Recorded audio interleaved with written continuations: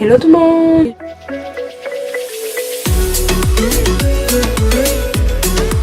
Bienvenue sur ma chaîne. Aujourd'hui on est là, vous êtes là.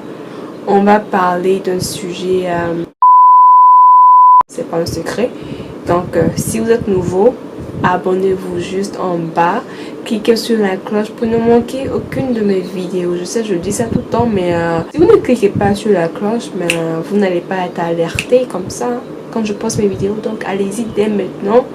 Abonnez-vous si vous n'êtes pas encore. Et puis, nous on vous attend. Hein. Allez vous abonner et puis revenez. Et puis on commence la vidéo.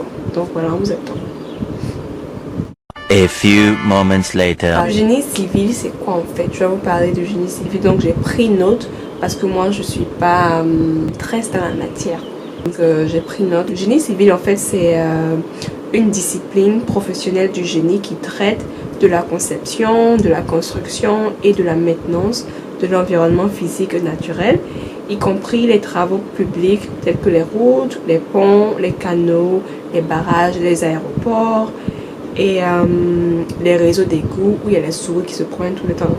Les canalisations, les composants structurels des bâtiments et des chemins de fer. Donc c'est un petit peu tout ce qui touche à la nature en fait. Donc infrastructure et bâtiments et tout ça en quelque sorte. Voilà, c'est ça le génie civil. Pour combien d'années d'études? Donc il vous faut, avec le système américain, dès que vous commencez, vous devez faire 4 années d'études, donc à l'université, 4 années. Après les 4 années, vous recevez votre bachelor, bachelor degree, donc c'est votre diplôme en 4 ans. Donc vous recevez ceci et après ceci, vous pouvez travailler directement. Donc je vais aller un petit peu en détail dans les cours que vous prenez pendant ces 4 années. Pas les cours en tant que tel, mais un petit peu vous donner une idée de comment ça se passe en fait. Les 2 premières années, c'est plus une base solide en sciences et technologies. Vous allez acquérir des compétences en communication, travail en équipe, pensée critique, dessin et esquisse. Donc savoir dessiner, ça fait partie des skills, comme on le dit, des compétences requises pour être un bon génie civil en fait. Première année, les étudiants vont aborder des sujets généraux tels que la mécanique, des fluides, la géotechnique, l'énergie et les infrastructures, les sciences de l'environnement, les pratiques de l'ingénieur, les mathématiques, un petit peu ça en fait. Donc la première année c'est plus la base, donc c'est solidifier plus les sciences, histoire de vous donner un petit peu une idée générale de ce que c'est en fait. Et maintenant si vous décidez que c'est ce que vous voulez continuer avec, vous allez continuer. Parce que la première année, ils appellent ça en fait, c'est la partie décisive.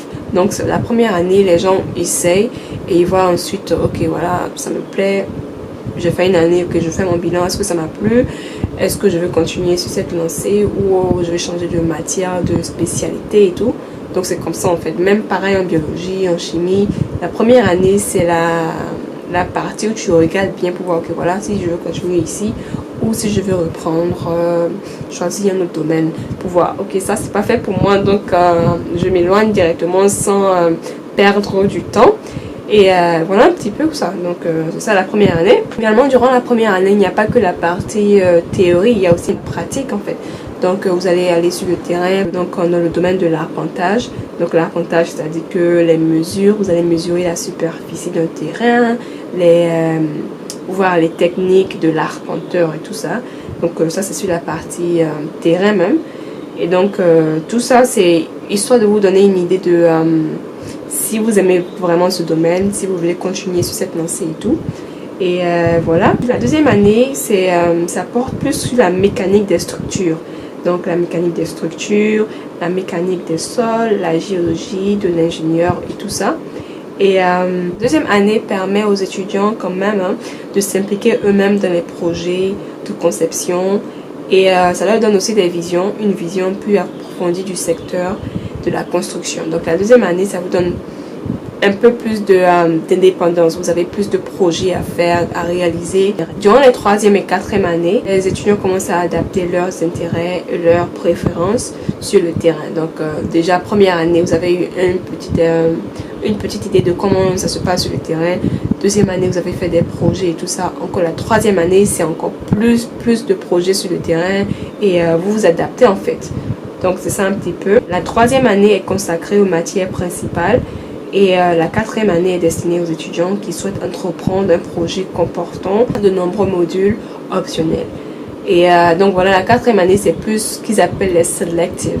Donc les selectives, c'est des cours que tu choisis qui sont vraiment spécialisés dans ton domaine. Donc si toi tu choisis un cours qui est plus côté pont, donc si tu veux plus te spécialiser dans le côté pont, durant ta 4e année, ça sera plus des projets de pont et tout ça.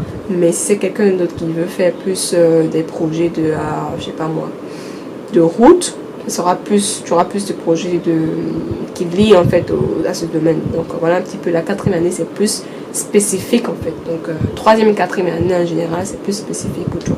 Après le bachelor, tu peux travailler directement. Ça c'est la base. La plupart des gens quand ils finissent le bachelor, ils vont directement chercher du boulot, travailler, se faire de l'argent. Et maintenant si après ça que tu vas aller faire ton master, tu peux le faire. Et voilà, et donc quand tu as fait ton bachelor et que tu veux être promu à un poste de responsable et tout ça, tu vas passer ce qu'ils appellent un professional exam, c'est-à-dire que c'est un test qui te permet d'avoir ce poste en fait, ce poste qui est assez élevé. Donc c'est pas seulement le bachelor qu'il te faut pour être au niveau élevé en fait. Donc quand tu travailles, tu as 2 ans, 3 ans d'expérience, que après tu veux être promu à ce poste de responsable, tu vas passer ce test spécifique. C'est un test professionnel que tu dois passer en fait. Donc c'est comme ceux qui font la comptabilité, il y a ce qu'ils appellent CPA. Donc je prends un exemple précis, c'est-à-dire que pour ceux qui font la comptabilité, ils ont le test de CPA à passer. Donc ça c'est un niveau assez élevé. Donc c'est la même chose aussi pour le génie civil. Si tu veux être promu à un poste de responsable, tu dois passer un examen aussi. Je vais vous donner quelques domaines dans lesquels vous pouvez vous spécialiser quand vous faites le génie civil. Première branche, c'est le côtier. Donc côtier, il s'agit de protéger les zones côtières contre l'érosion et les inondations. Donc en temps d'inondation, côtier, c'est toi qu'on va regarder. C'est aussi tremblement de terre, c'est-à-dire que vous allez tester les structures pour vous assurer qu'elles sont résistantes au tremblement de terre et tout ça. Il y a aussi le côté environnemental, c'est-à-dire que vous allez trouver de nouveaux moyens de protéger l'environnement en fait. Créer des parcs, que ce soit des parcs écoliers, que ce soit travailler à la purification de l'eau, au traitement des eaux usées et au traitement aussi des déchets solides. Donc ça fait partie du côté environnemental. Et le côté structurel aussi, c'est plus, vous allez concevoir et construire des ponts, des tours, des ponts aériens, des tunnels, des structures offshore, c'est-à-dire que des structures qui sont à bordure de mer, tels que des champs de pétrole et des gaz en mer. Donc ça c'est le côté structurel.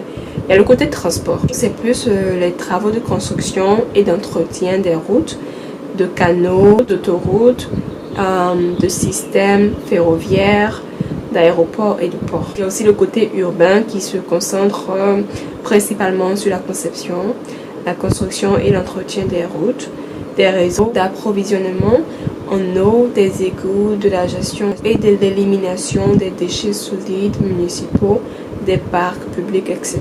Donc ça c'est le côté urbain. Il y a aussi le côté ressources en eau. Donc ressources en eau, c'est concevoir et construire des ressources en eau telles que des conduites, des installations de drainage, y compris des barrages, des canaux, des ponceaux, des égouts pluviaux et de les différents domaines à se spécialiser au niveau du génie civil.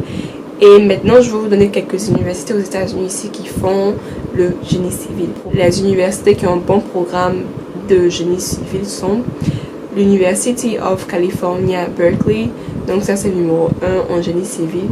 Et la scolarité est 43 232 $ pour ceux qui ne sont pas résidents de l'État.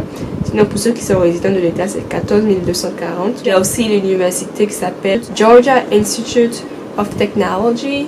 Ça, c'est 33 020 $ pour ceux qui sont out of state, c'est-à-dire qui ne sont pas résidents de l'État. Sinon, pour ceux qui sont résidents de l'État, c'est 12 424 $. L'University of Illinois, Urbana-Champaign. Ça, c'est le numéro 3.